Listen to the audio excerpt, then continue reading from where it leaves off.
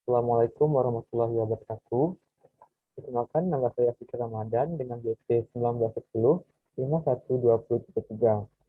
Pada kesempatan ini, saya akan menjelaskan mengenai analisis sinkronisasi dokumen perencanaan dan teknik partisipasi Einstein.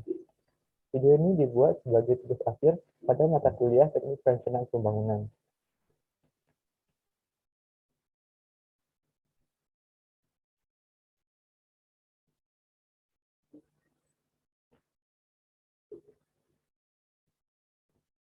Materi yang pertama yaitu analisis sinkronisasi dokumen perencanaan. Perencanaan merupakan tahapan yang penting untuk dilalui dalam proses pembangunan, karena dalam praktiknya, pembangunan yang dilakukan akan menemui berbagai hambatan, baik dari sisi pelaksanaan, masyarakat, maupun dari sisi luar. Untuk meminimalisir dampak yang ditimbulkan oleh hambatan itu, maka perencanaan harus dilakukan sebagai sebuah tahapan penting dalam proses pembangunan. Undang-Undang Nomor 25 Tahun 2004 tentang Sistem Perencanaan Pembangunan Nasional dan Undang-Undang Nomor 23 Tahun 2014 tentang Pemerintahan Daerah mengamanatkan bahwa dalam rangka penyelenggaraan pemerintah, maka pemerintah daerah berkewajiban menyusun dokumen perencanaan pembangunan daerah sebagai suatu kesatuan sistem perencanaan pembangunan nasional yang terdiri dari yang pertama itulah visi dan misi. Visi merupakan suatu rangkaian kata yang di dalamnya terdapat impian cita-cita dan atau nilai inti dari suatu lembaga atau organisasi. Bila dikaitkan menjadi tujuan, bisa dikatakan visi menjadi tujuan masa depan suatu organisasi atau lembaga. Visi adalah suatu proses atau tahapan yang seharusnya dilalui oleh suatu lembaga atau instansi atau organisasi dengan tujuan untuk mencapai visi yang tersebut. Di samping itu, misi juga dapat diartikan sebagai suatu deskripsi atau tujuan mengapa suatu instansi atau organisasi berada di masyarakat. Yang kedua itu adalah isu strategis.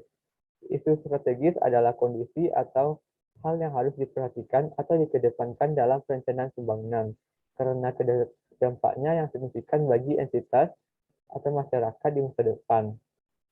Faktor penting lain yang harus diperhatikan dalam merumuskan isu strategis adalah telaah tentang visi, misi, dan program kepala daerah yang terpilih. Hal tersebut bertujuan agar rumusan itu menghasilkan selaras dengan cita-cita dan harapan masyarakat terhadap kepala daerah dan wakil kepala daerah yang dipilih. Yang ketiga itulah RPJMD, RPJPD, dan RKPD.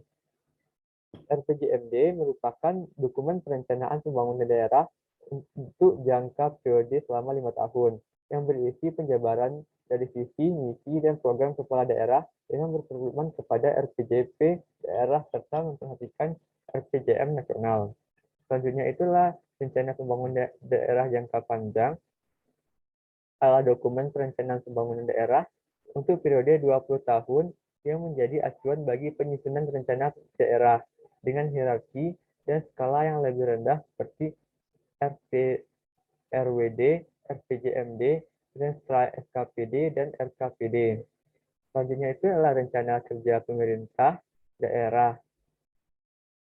Berdasarkan Undang-Undang Nomor 23 Tahun 2004 tentang Pemerintahan Daerah, RKPD merupakan penjabaran dari RPJMD yang memuat rancangan kerangka ekonomi daerah, prioritas pembangunan daerah, serta rencana kerja dan pendanaan untuk jangka waktu 1 tahun yang disusun dengan pedoman pada rencana kerja pemerintah dan program strategis nasional yang ditetapkan oleh pemerintah pusat.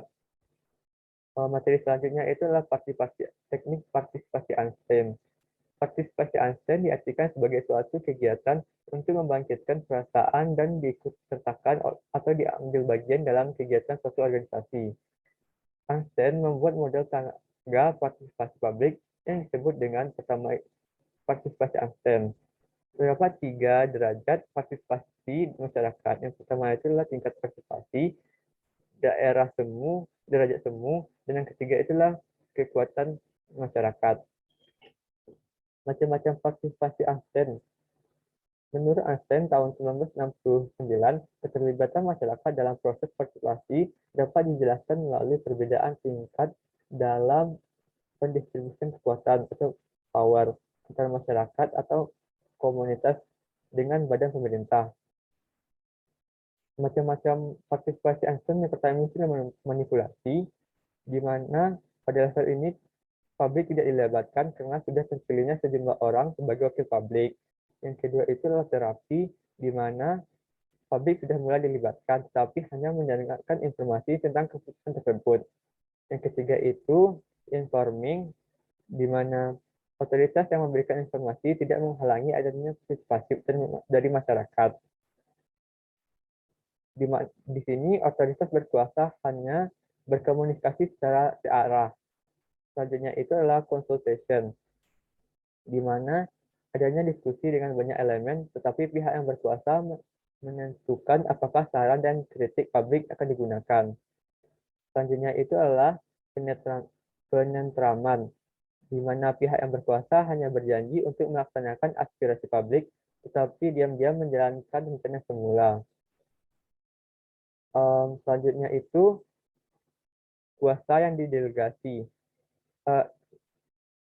di mana masyarakat memegang mayoritas kursi di komite dengan wewenang yang didelegasikan untuk membuat keputusan, sehingga peran publik untuk menjamin akuntabilitas program. Dan yang terakhir itu adalah kendali warga, di mana publik yang lebih mendominasi dan peran publik hingga mengevaluasi kinerja. Menurut Einstein, jika partisipasi berada pada level ini, maka terbentuknya partisipasi publik ideal.